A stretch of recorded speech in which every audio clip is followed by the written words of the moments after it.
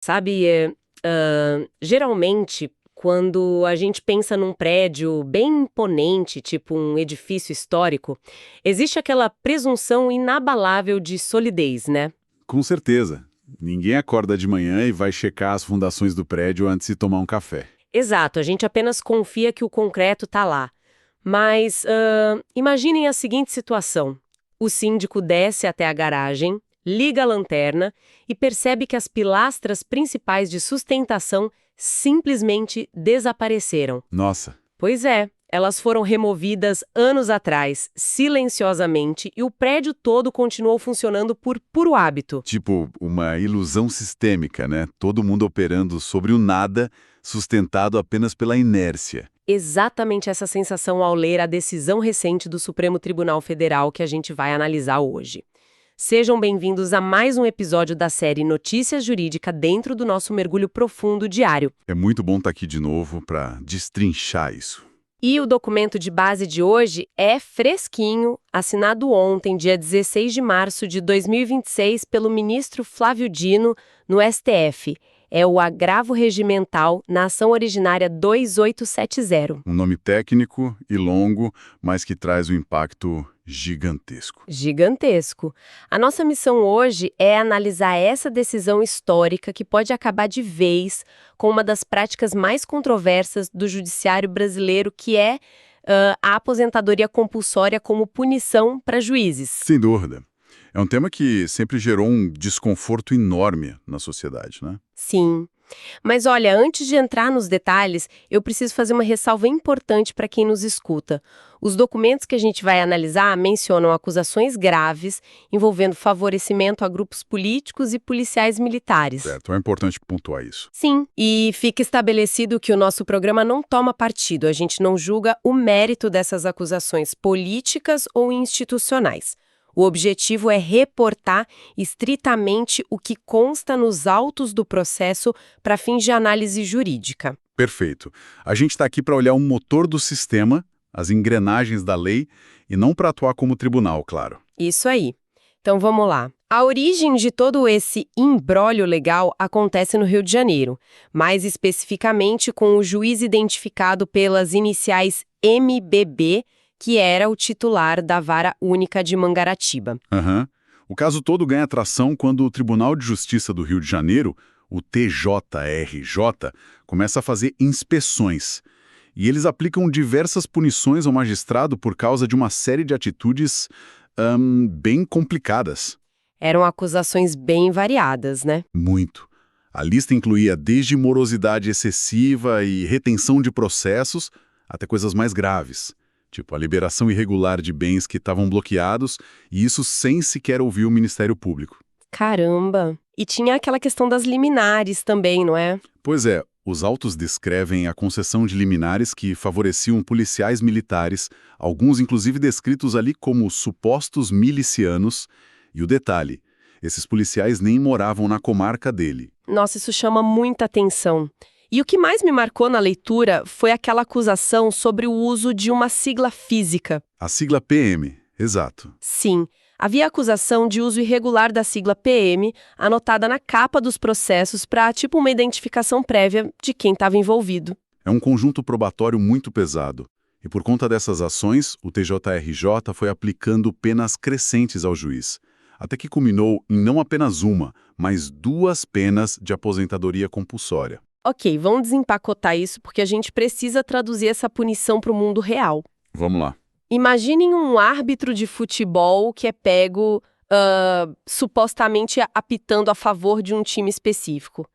Em vez de ser banido do esporte, processado e perder seu salário... Como aconteceria em qualquer outra profissão. Exato. Em vez disso, a punição máxima do regulamento diz que ele deve ir para casa, mas vai continuar recebendo uma parte do salário para o resto da vida. É exatamente assim que a sociedade enxerga a aposentadoria compulsória punitiva, certo? Certo. E olha, o que é fascinante aqui é que não é só a sociedade que acha isso estranho. No direito administrativo brasileiro, isso sempre gerou um ruído imenso. Um ruído conceitual, né? Exatamente. Porque se a gente olhar para o artigo 7º da nossa Constituição, a aposentadoria é fundamentalmente um direito do trabalhador. É uma conquista após anos de contribuição. Um direito social protetivo. É isso. Então, usar um direito previdenciário e social como se fosse a sanção disciplinar máxima é uma anomalia jurídica. É como se você punisse alguém dando um prêmio sobre a ótica da população. Faz todo sentido. Mas a história ganha contornos de filme quando o magistrado não aceita essa punição do Tribunal do Rio e recorre a Brasília. Ele vai até o Conselho Nacional de Justiça, o CNJ. E aí que o caos se instaura de verdade. Sim, o processo começa a tramitar através de revisões disciplinares lá no CNJ. E o documento do STF revela uma coisa surpreendente sobre o início desse julgamento, que começou no ambiente virtual. Inicialmente, o cenário era super favorável a ele. Aham. Havia uma maioria de votos, acho que 8-5, a favor de abrandar a pena do juiz.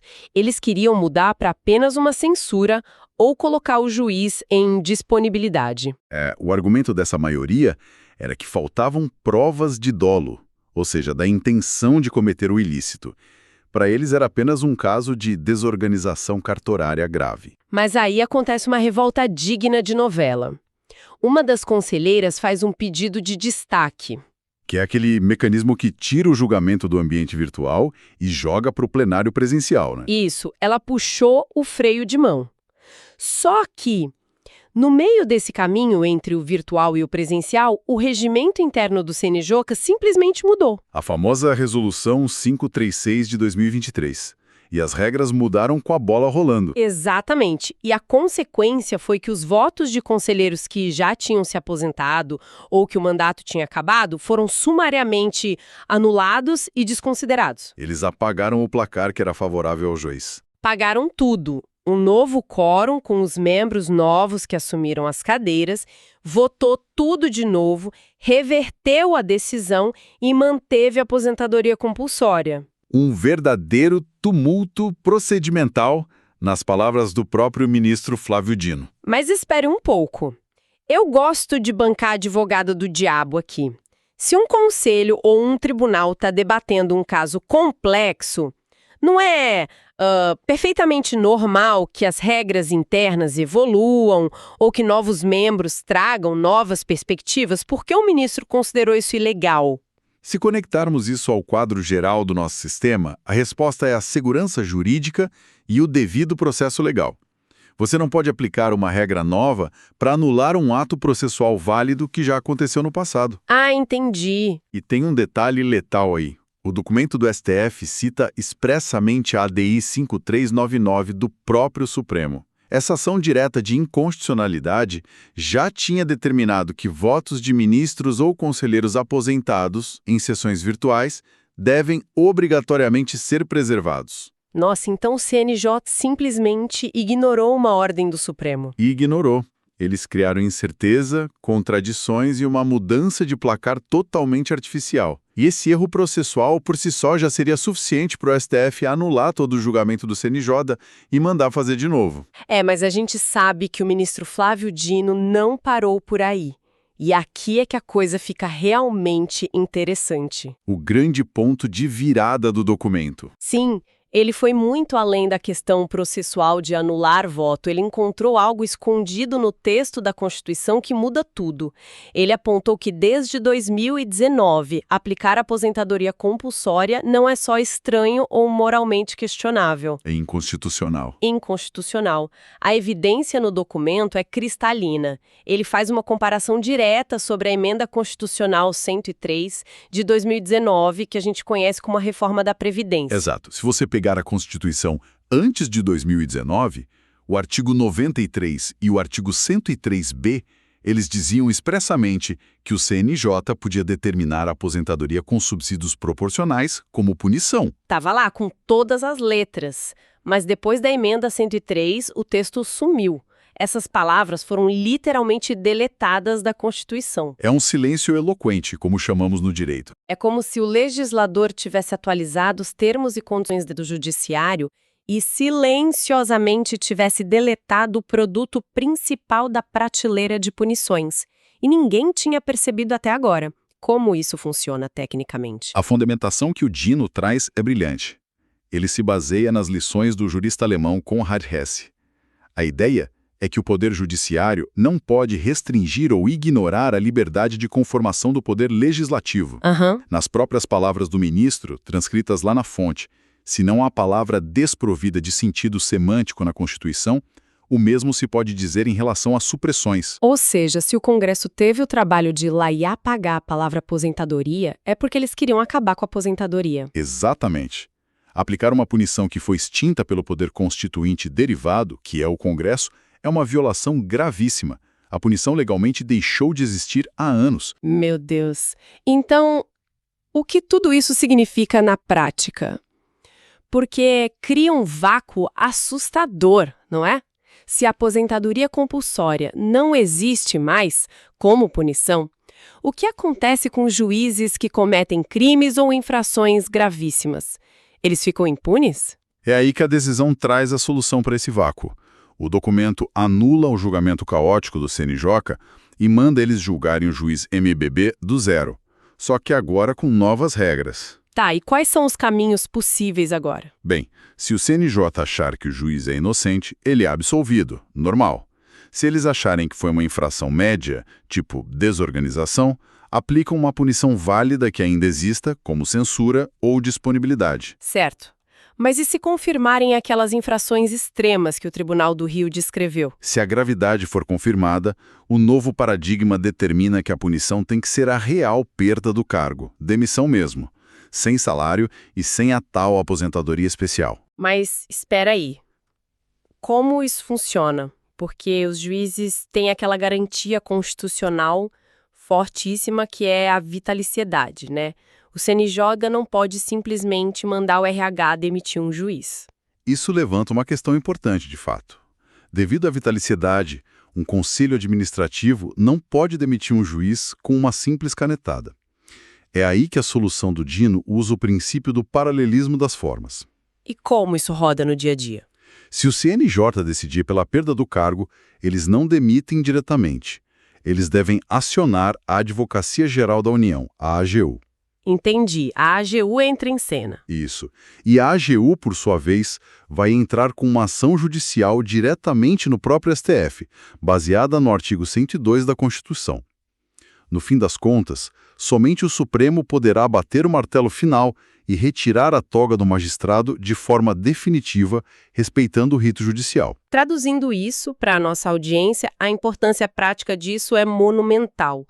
Trata-se, na teoria, do fim de uma era de percepção de impunidade.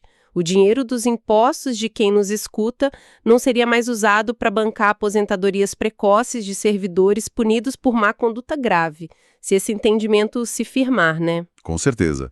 E a decisão não parou no caso individual. O ministro Dino, inclusive, mandou oficial o atual presidente do CNJ, o ministro Edson Fachin. Para quê? Para que o CNJ revise todo o sistema de responsabilidade disciplinar do Poder Judiciário à luz dessa descoberta constitucional. É uma ordem de atualização de sistema para todos os tribunais do país. Incrível.